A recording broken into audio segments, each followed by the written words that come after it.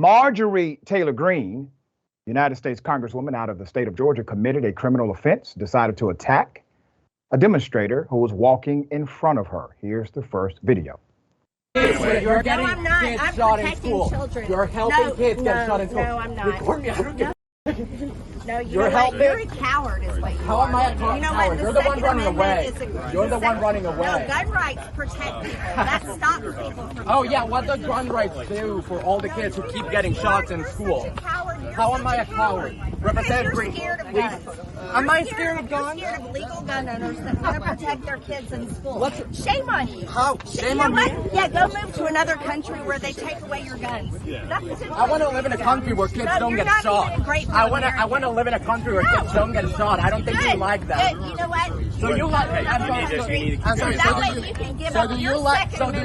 do you like living in a country where kids keep getting shot in school and dying? We need access to the sidewalks.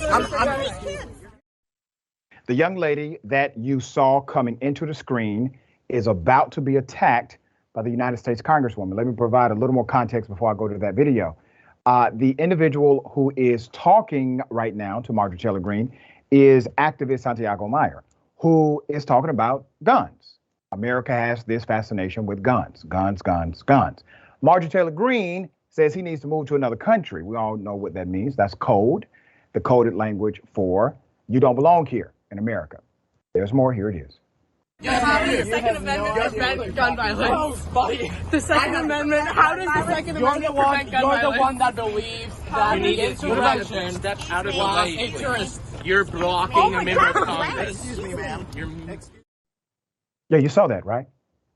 So I went back multiple times to look at the actual attack.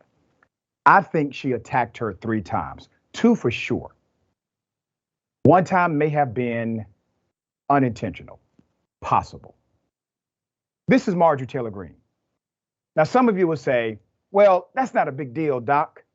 I guarantee you this, if Marjorie Taylor Greene would have been walking in front of that demonstrator and the demonstrator decided to kick Marjorie Taylor Greene 2 or 3 times, Marjorie Taylor Greene would say that the police need to arrest her. She would probably take out a police report. Why? Because Marjorie Taylor Greene, for those who may not know this, is the first full-blooded Karen ever elected to the U.S. Congress. So, of course, she would have taken it all the way. Unwanted physical contact. That is simple battery, or simple assault. All of those are criminal dynamics and completely against the law. And it was intentional. Marjorie Taylor Greene engaged in intentional combat or contact with another individual.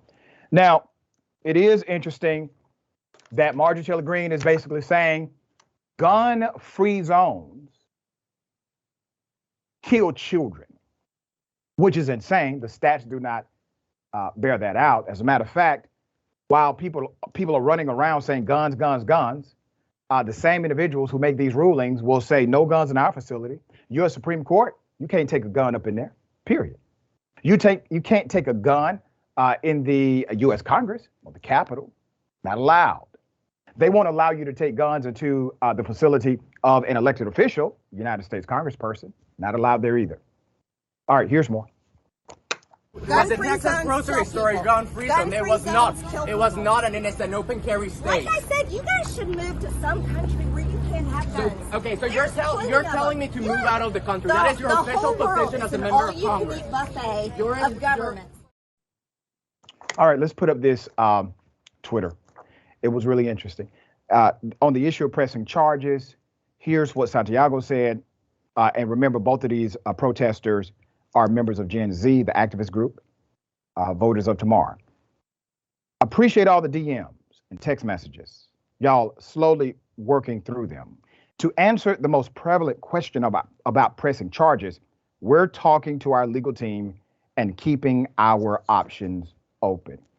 To my dear brother Santiago, lock her ass up, put out a warrant for arrest, do a police report, brother. Come on, man. This is simple. Now, I get it. There's this respectability politics always associated with members of the United States Congress. They are not playing by those rules. I don't know why you should yourself. What this woman did was criminal.